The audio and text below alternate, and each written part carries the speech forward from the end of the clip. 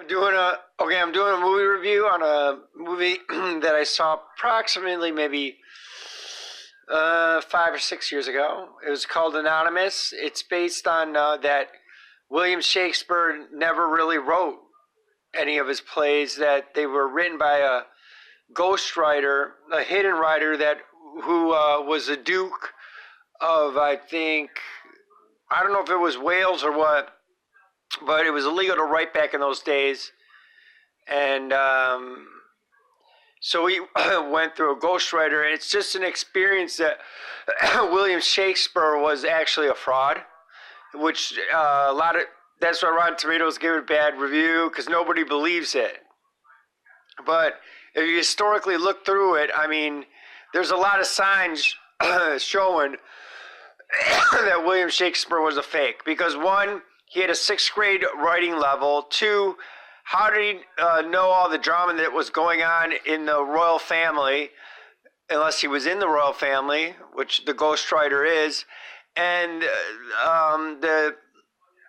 he eventually retired, never wrote again, and opened up a bar. Okay, listen, a writer always writes, and this right there, that plus his sixth grade writing level doesn't match up with the fact that he was the writer of these plays. He was the actor of the plays, but he was not the writer of these plays. And I believe this is true. I think this is a conspiracy. I think their conspiracy is right. I think William Shakespeare was a fraud. And I believe this movie to be 100% true. But it gets really bad ratings because nobody wants to believe it's true. Okay? But whether or not it's true, it's a brilliant film.